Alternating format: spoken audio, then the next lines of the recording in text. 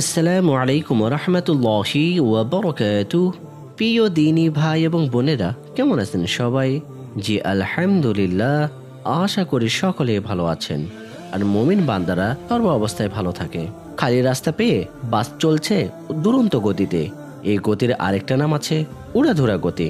অনেকটা পঙ্খিরাজের মতো উড়ে উড়ে চলা। খোলা জানালা দিয়ে প্রচুর বাতাস আসছে। শুধু বাতাস হলে সমস্যা ছিল না, বাতাসের সঙ্গে সঙ্গে মেয়েটার চুলও এসে মারুফের চোখে মুখে লাগছে। মারুফ চুপ করে বিরক্তিসূচক একটা শব্দ করল। শব্দটা মেয়েটার কান অব্দি পৌঁছানো গেছে। সে মারুফের বিরক্তি বুঝতে পেরে ব্যাগ থেকে ওড়না বের করে মাথায় দিয়ে মাথার চুল ঢেকে ফেলল। রাস্তাঘাটে বের হলে আজকাল প্রচুর ওড়নাবিহীন মাথা দেখা যায়। মারুফের এসব ভালো লাগে না। মেয়েরা অন্তত ওড়নাটা তো ব্যবহার করতে পারে। এটা তো কঠিন কাজ না। ওড়না মাথা মেয়েদের দেখতে কতটা ভালো লাগে এটা বোধহয় তারা নিজেরাও জানে না। মারুফের পাশে বসা এই মেয়েটাও এতক্ষণ খালি মাথায় ছিল। বাতাসের কারণে হলেও ওড়নাটা সে মাথায় দিয়েছে। তাকেও নিশ্চয়ই এখন ভালো দেখাচ্ছে।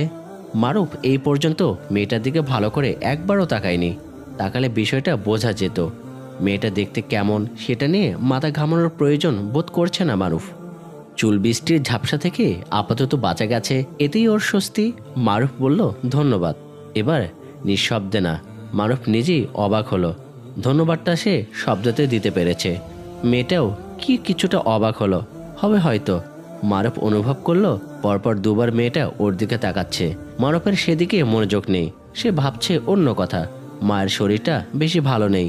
দীর্ঘদিন হলো ডায়াবেটিসে ভুগছেন। কোমর ব্যথার সমস্যাটাও দিন দিন বাড়ছে। আল্লাহই জানেন কতদিন আর মাকে কাছে পাওয়া যাবে। মা তাকে অনেক ভালোবাসে, সেও ভালোবাসে মাকে, শ্রদ্ধাও করে অনেক।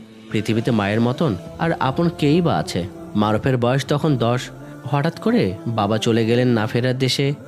স্কুল মাস্টার বাবাই ছিলেন ওর সার্বক্ষণিক সঙ্গী। বাবার সঙ্গে ঘুমানো, পুকুরে গোসল করতে যাওয়া, স্কুলে যাওয়া আসা করা সবাই হতো।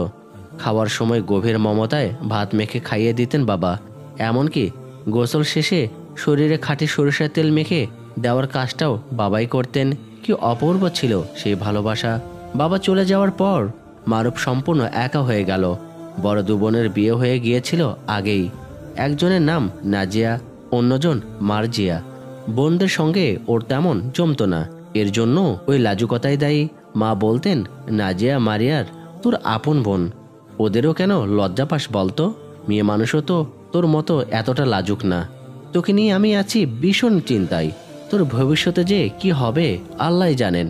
বোনেরা হেসে বলল, মা, ওর যা অবস্থা, স্কুল কলেজে ওকে দিয়ে পড়াশোনা হবে না। ওকে বরং মাদ্রাসায় দিয়ে দাও। সেখানে মেয়েও নেই, সারাক্ষণ লজ্জায় মরে যাবার কোনো ঝামেলাও নেই। সেই থেকেই মারুফ মাদ্রাসায়। ঢাকার কাছাকাছি এই মাদ্রাসাটি থেকে মারুফ এবার দাওরে হাদিস সমাপ্ত করবে। পড়াশোনার পাঠ যেখানে এসে একরকম শেষই বলা চলে, তবু এই শেষ সময়ে এসেও লাজুকতা মারুফের পিছু ছাড়েনি। এই যে অক্টোপাস হয়ে আঁকড়ে আছে। বাবা মার স্নেহের প্রতিদান দেওয়া কোনো সন্তানের পক্ষেই সম্ভব নয় তাদের হক আদায় করাও। এমনকি শরীরের চামড়া কেটে তাদের জন্য জুতা বানিয়ে দিলেও না। তবে প্রতিদিন অন্তত 5 বার বাবা মার জন্য দোয়া করলে দোয়া সংক্রান্ত হক আদায় হয়ে যায়। মারুফ শুধু 5 বার না, দিনে বহুবার তাদের জন্য দোয়া করে। বাবার কথা মনে পড়লেই অজান্তে মারুফের চোখ দুটি ভিজে ওঠে। এই যেমন এখনো ভিজে উঠল। হঠাৎ একটা চিৎকার শুনে মারুফ হচকচিয়ে গেল। চিৎকারটা এসেছে মারুফের পাশের সিট থেকে। মারুফ যে সিটটাকে মনে মনে চুল বৃষ্টির সিট নামে আখ্যা দিয়েছিল, এই আপনি আমাকে খোঁচা দিলেন কেন? মারুফ অবাক হয়ে গেল। চারিদিকে তাকিয়ে বোঝার চেষ্টা করলো কথাটা তাকেই বলা হচ্ছে কিনা। হ্যাঁ, অভিযোগের আঙ্গুল তার বিরুদ্ধেই। কথাটা বলেই মেয়েটার বসা থেকে দাঁড়িয়ে গেছে। কান খাড়া করেছে অন্যান্য যাত্রীরাও। কেউ কেউ কানের সঙ্গে গোটা শরীরটাও দাঁড় করিয়েছে। বলছে, কি হয়েছে আপা, কোনো প্রবলেম? দেখুন না, আমার একটু তরন্দার মতো এসে গিয়েছিল, আর এই সুযোগে উনি আমাকে পরপর 2 বার খোঁচা মারলেন। মারুফ এতটাই ঘাবড়ে গেল যে বসা থেকে দাঁড়িয়ে গেল। অবাক গলায় বলল, এসব কি বলছেন? আশ্চর্য, আমি আপনাকে খোঁচা দিতে যাব কেন? আপনি আমার কোমরে খোঁচা দেননি। মিথ্যা কথা বলছেন কেন? না তো, আপনার বোধহয় কোথাও ভুল হচ্ছে। আমি এমন কিছুই করিনি। অবশ্যই করেছেন। এখন কিছু বুঝেও না বোঝার ভান করছেন। চুল বৃষ্টির কথা শুনে যাত্রীরা রে রে করে উঠল। যারা বসা ছিল তারা দাঁড়িয়ে এবং যারা দাঁড়ানো রুদমূর্তি নিয়ে এমনভাবে এগিয়ে এলো, দেখে মনে হলো এরা সবাই মেয়ে জাতির প্রতি চরম আন্তরিক। মেয়েদের প্রবলেম সলভ করার জন্যই এরা দুনিয়াতে জন্মগ্রহণ করেছে। চোখের সামনে অহরহ নির্ভীয়া কাহিনীর পুনরাবৃত্তি ঘটলেও এর মুহূর্তে এরা অবলা। এই জাতির প্রতি সাহায্যের হাত বাড়িয়ে দিতে বদ্ধপরিকর। একজন বললেন, কি অবস্থা, হুজুর মানুষ হয়ে। এতটুকু বলে তার কথা আটকে গেছে। এর বাইরে সে আর কিছু বলতে পারছে না, যেন বিস্ময় ভাব কাটাতে কষ্ট হচ্ছে। অন্য এক যাত্রী বললেন, কত বড় সাহস, মেয়েদের গায়ে হাত দেয়, ওরে গাড়ি থেকে নামাইয়া দেন না কেন? আরেকজন বলল, গাড়ি থেকে নামাইয়া দিলেই হইব, কঠিন একটা শাস্তি দিয়ে দেন। এরকম আজে বাজে মন্তব্যে বাসের ভেতরটা গুঞ্জরিত হতে লাগলো। মারুফের চোখে পানি এসে গেছে। বুঝতে পারছে না ওর এখন কি বলা উচিত। ও যতই বলছে আমি এমন কিছুই করিনি, তবু কেউ তার কথা কানে নিচ্ছে না। কেউ তদন্ত করারই চেষ্টা করছে না ঘটনাটা আসলে কি ঘটেছে। তাদের ভাবনাখানে এমন যেন হুজুর মানুষ এই কাজ করেছে। এটাই বড় কথা। এতে আর তদন্তের কি আছে? রাস্তাঘাটে, অলিগলিতে, বাসে, ট্রেনে হুজুররাই তো এসব ঘটনা ঘটিয়ে বেড়ায়। বাসের ভেতর 40 জনেরও বেশি যাত্রী। কেউ বিবেক দিয়ে বোঝার চেষ্টা করছে না যে একজন মাদ্রাসা ছাত্রকে দিয়ে আর যাই হোক ইফটিজিংয়ের মতো কাজটি অন্তত হতে পারে না। মারুফ আবারও আত্মপক্ষ সমর্থন করার চেষ্টা করে বলল, আপনারা ভুল করেছেন। আমি এই মেয়েটার দিকে ভালোভাবে তাকাইনি পর্যন্ত। আমি কেন তার প্রতি এরকম আচরণ করতে যাব? এই কথায় নাবিলা ভ্রু কোচকালো। কথাটা তো ঠিকই বলেছে ছেলেটা। বাসে ওঠার পর থেকে নাবিলা লক্ষ্য করেছে, সে যতই বকবক করুক এ হুজুর ছেলেটা তেমন কোনো কথাই বলেনি তার সঙ্গে। সে বেশ কয়েকবার তাকালেও ছেলেটা তার দিকে একটিবারও তাকায়নি, বরং জানালার পাশে সিটটা চাইতেই ছেড়ে দিয়েছে ওর জন্য। ছেলেটার জায়গায় অন্য কেউ হলে এতক্ষণে খাতির জমানোর চেষ্টা করত, সিট ছেড়ে দেওয়ার মতো উপকার করার অ্যাডভান্টেজ নেওয়ার চেষ্টা করত নিঃসন্দেহে। না, এরকম ভদ্র রুচিবোধ সম্পন্ন একটা ছেলে খোঁচা দেওয়ার মতো বিকৃত রুচির কাজটি করবে বলে মনে হচ্ছে না। কাজটি তাহলে করলো কে? পেছনের ছিট থেকে কেউ কি? নাবিলা ওর পেছনের ছিটের কোটটাই পরা কালো সানগ্লাসওয়ালা লোকটার দিকে একবার তাকালো। লোকটাকে সুবিধার মনে হচ্ছে না, চেহারায় বদবদ ভাব আছে। এই লোকটাই কি কাজটা করেছে? সানগ্লাস পরা লোকটা এতক্ষণ বসে ছিল। নাবিলার তাকানো দেখে তার ভেতরে খবর হয়ে গেল। দুই ছিটের মাঝখানের ফাঁক জায়গাটা দিয়ে খোঁচাটা মূলত সেই দিয়েছে। দোষটা হুজুরের ঘাড়ে পড়েছে দেখে সে এতক্ষণ মজা পাচ্ছিল, কিন্তু এখন যদি ধরা পড়ে যায় তাহলে পাবলিকের কিল খুশি একটাও মাটিতে পড়বে না। বাই চান্স দুই একটা মাটিতে পড়ে গেলে সেগুলো হজম করিয়ে ছাড়বে। পাবলিক সেন্টিমেন্ট বড় খাতারনাক জিনিস। সানগ্লাসওয়ালা নিজেকে পাবলিক সেন্টিমেন্টের হাত থেকে বাঁচাতে উঠে পড়ে লাগলো। একে তো চুরি, তার উপর সিনাজুরি। এ লোক শুধু সিনার জোর না, পুরো গায়ের জোর দিয়ে মারুফের দিকে আঙ্গুল উঁচে বলল, কাজটা আপনিই করেছেন। মেয়েটার দিকে না তাকালে কি হবে? ওনার পাশে আপনিই বসেছিলেন। আপনি ছাড়া আর কে করবে এই কাজ? হ্যাঁ, পুরো পাবলিক সেন্টিমেন্ট এখনো পর্যন্ত মারুফের বিপক্ষে। তারা সানগ্লাসের সঙ্গে একমত। তাদের একের পর এক তীরকর্য বাক্য কারণে মারুফ জর্জরিত। মারুফ অসহায় দৃষ্টি মেলে বাস ভর্তি লোকদের দিকে তাকালো। এতগুলো লোকের মধ্যে বিবেকবান মানুষ একজনও কি নেই? আপনি ভুল বললেন, কাজটা সে করেনি, করেছেন আপনি। কালো সানগ্লাসের উদ্দেশ্যে হঠাৎ পেছনের ছিট থেকে যিনি কথাটা বললেন তার বয়স 50-এ না গেলেও যাই যাচ্ছির দিকে আছে। মাথার সাদা পাগড়ির আড়াল আবডাল থেকে যে চুলগুলো উঁকি মারছে তার কিছুটা সাদা, বাকিগুলো এখনো যুবক। চেহারায় ব্যক্তিত্বের ছাপ স্পষ্ট। চোখ দুটি দৃঢ় এবং শান্ত।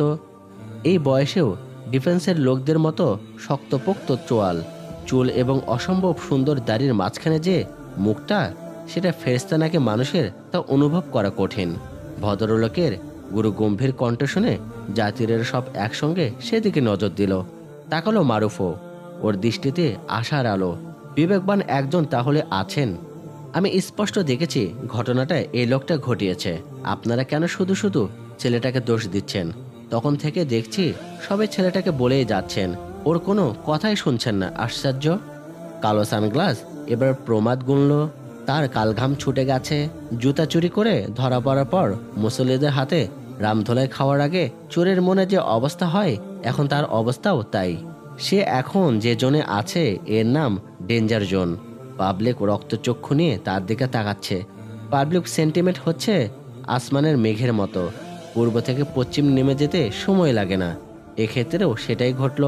মারুফের দিক থেকে সরে গিয়ে সেন্টিমেন্ট মেঘ এবার কালো সানগ্লাসের উপর বর্ষিত হওয়ার প্রস্তুতি নিল। সানগ্লাসওয়ালাকে তুলোধনা করতে লোকজন তেড়ে যেতেই মারুফ বাধা দিয়ে বলল, থাক, ওনাকে মাফ করে দিন। উত্তেজিত যাত্রীরা অবাক হয়ে বলল, মাফ করে দেব? কি বলছেন আপনি? এই ব্যাটার কারণে আপনি গালাগাল শুনলেন, অথচ আপনি বলছেন মাফ করে দিতে। মারুফ শান্ত গলায় বলল, দেখুন, উনি ওনার ভুল বুঝতে পেরেছেন, এতেই আমি আনন্দিত। কোনো হাঙ্গামায় যাওয়ার দরকার নেই, ছেড়ে দিন। পাবলিক এরপরও তীরে ফুরে এগিয়ে গেল। এরা ক্ষমা টমার ভেতর দিয়ে যেতে চাচ্ছিল না। মায়ের উপর ওষুধ নাই বাক্যটি পুরো দন্তর কাজে লাগাতে চাচ্ছিল। মারুফ বাধা দিয়ে বলল, কেন বুঝতে পারছেন না? মারামারি সবকিছুর সমাধান না। কোনো চোরকে দেখেছেন মারকে চুরি করা ছেড়ে দিতে? একে ছেড়ে দিন, এটাই এর জন্য শাস্তি। হয়তো এর থেকেও সে শিক্ষা নেবে। এই কথায় উত্তেজিত জনতা শান্ত হয়ে বসে পড়ল। মারুফ বসল না। চুল বৃষ্টির পাশে বসতে কেন যেন ওর এখন আর ইচ্ছেই করছে না। কি বিব্রতকর পরিস্থিতিতেই না ফেলে দিয়েছে মেয়েটা। আল্লাহ বাঁচিয়েছেন যে পেছনের ছিটের এই সৌম্য দর্শন ভদ্রলোক ঘটনাটা দেখতে পেয়েছিলেন, নইলে কি উপায়টাই না হতো। কাউকেই বিশ্বাস করানো তো যেতই না সত্যটা। পুরো ঘটনার জন্য নাবিলা লজ্জিত এবং হতভম্ব। তার কারণে এত ঝামেলা হলো। তাকে আরও লজ্জিত করলো মারুফের ক্ষমা সুন্দর মনোভাব, মুগ্ধ করলো কিছুটা। সে নিচু স্বরে বলল, দাঁড়িয়ে আছেন কেন? বসুন না। না বসলে ভাববো আপনি আমায় ক্ষমা করেননি। মারুফ তবুও বসল না। বাসটি একটা হাওয়ে রেস্টুরেন্টের সামনে এসে দাঁড়াতেই অন্যান্য যাত্রীদের সঙ্গে মারুফও নেমে পড়ল। মুখে কিছু দেওয়া দরকার। খিদেই পেট চো চো করছে। যথেষ্ট ধকল গেছে এতক্ষণ। মারুফ বেসিনে গিয়ে উজু করে ফ্রেশ হয়ে নিল। মাগরিবের সময় হয়ে গিয়েছিল তখন। পড়ে নিল নামাজটাও। এরপর খাবার টেবিলে এসে ওয়েটারকে দেখে একটা মোগলাই পরোটার অর্ডার করলো। ওয়েটার চলে যেতে মারুফের সামনে এসে দাঁড়ালো চুল বৃষ্টি। এই যে আপনার নোটবুকটা ছিটের তলায় পড়েছিল, ভুলে গিয়েছিলেন বোধহয়। আচ্ছা, আপনাকে এত রিকোয়েস্ট করার পরও বাসে আমার পাশে বসতে চাচ্ছিলেন না কেন? এ প্রথম মেয়েটা দিকে মারুফ পূর্ণ দৃষ্টিতে তাকালো। তাকাতেই চোখ নামিয়ে নিল। মেয়েটা যথেষ্টই রূপবতী, 20 বা তারও কম বয়সী।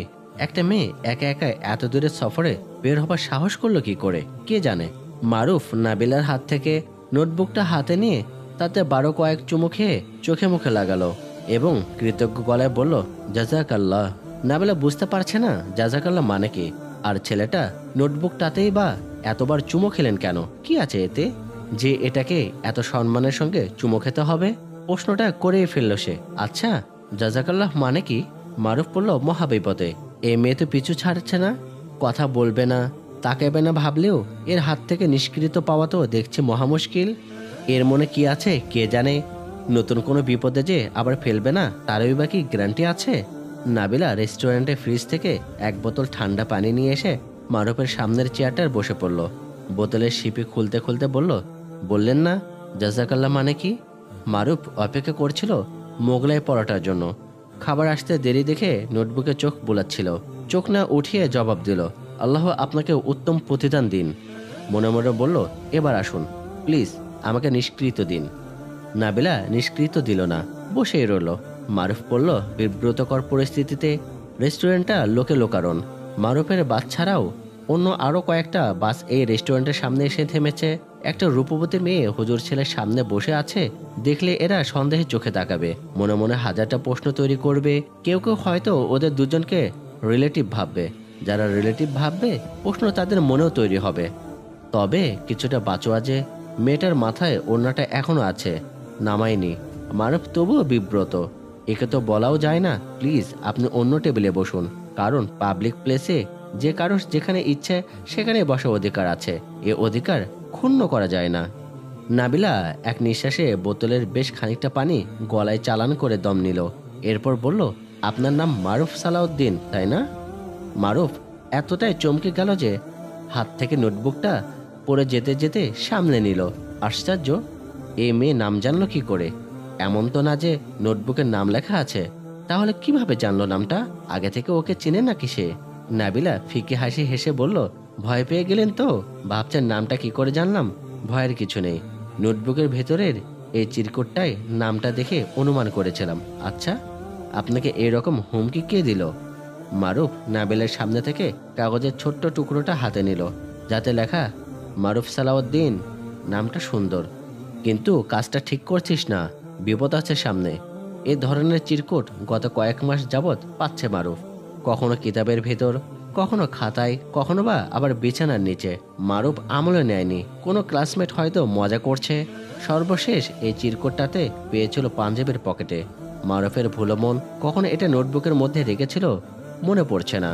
মারুফ বলল, আমার কথা ছাড়ুন, একটা প্রশ্ন আপনাকে না করে পারছে না। আপনি একা একা এত দূরের সফরে বের হলেন কেন? এটা ঠিক হয়নি। আমাদের দেশটা মেয়েদের জন্য এখনো এতটা নিরাপদ নয়। বাছেই তো এর প্রমাণ পেলেন। নাবিলা এ প্রশ্নে নীরব হয়ে গেল। কি করে বোঝাবে ওর মনের ভেতরে কি চলছে? কি এক ঝড় বইছে মনের উপর দিয়ে? কতটা অসহায় না হলে ওর মতো একটা মেয়ে একাকে বেরিয়ে আসে? ওর মতো অসহায় অবস্থায় যেন আল্লাহ কোনো শত্রুকেও না ফেলেন। ভাইয়ার পছন্দ করা একটা ধর্মবিরোধী ছেলেকে বিয়ে করা কি সম্ভব ছিল ওর পক্ষে? নাবিলা নিজেও যে খুব ধর্মপ্রাণা তা নয়, কিন্তু তাই বলে সে বুঝতে পারছে না পুরো ঘটনা মারুফকে খুলে বলবে কিনা। বলেই বা কি হবে, লাভ তো নেই। তাছাড়া 1-2 ঘন্টার পরিচয়ে পরিচিত কাউকে ইচ্ছে হলেই সব বলা যায় নাকি? মোগলাই এসে গেছে, সঙ্গে সালাদ, সস আর কাঁটা চামচ দিয়ে খাওয়া মারুফের ধাতে সয় না। এ ব্যাপারে ওর বক্তব্য হলো, হাত থাকতে চামচে কি, পেটে প্রচণ্ড খিদে। মারুফ বিসমিল্লাহ বলে তীব্র আগ্রহ নিয়ে মোগলাইয়ের দিকে নজর দিল, কিছুটা বিব্রত। সামনে নাবিলা বসে আছে, থাকুক বসে। মারুফ মায়ের কথার অবাধ্য হতে চাচ্ছে না। বাড়ি থেকে আসার সময় মা পই পই করে বলে দিয়েছেন, রাস্তায় অপরিচিত কারো দেওয়া কিছু না খেতে। মায়ের কথা অনুসারে অপরিচিত কারো কিছু খেতে গিয়ে যদি বিপদ হয়, খাওয়াতে গিয়েও যে হবে না, তাই বা কি করে হয়? নাবিলা বড় বড় চোখ করে মারুফের খাওয়া দেখছে। আশ্চর্য, খাদক নাকি লোকটা?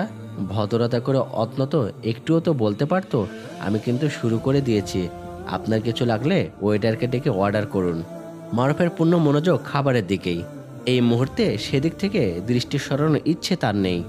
এক মুঠো সালাদ মুখে পুরে দিয়ে মারুফ বলল, বাস এখানে বেশিক্ষণ অপেক্ষা করবে না, সময় অল্প। আপনার কিছু লাগলে ওয়েটারকে ডেকে এক্ষুনি অর্ডার করুন। ভালো কথা, আপনি নামবেন কোথায়? কি সমাচার জানতে পারি?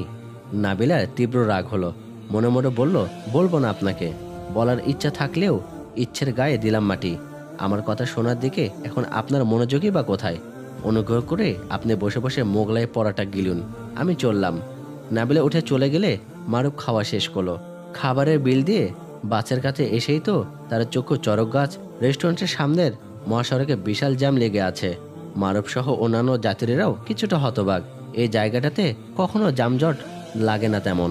জ্যাম লাগে সাধারণত কোনো বাজার বা স্ট্যান্ডে এলাকায়। ঘটনা বুঝতে পারছে না কেউ, এখানে জ্যাম কেন? ইনশাআল্লাহ আমরা বাকি ঘটনা আগামী পর্বে শুনবো।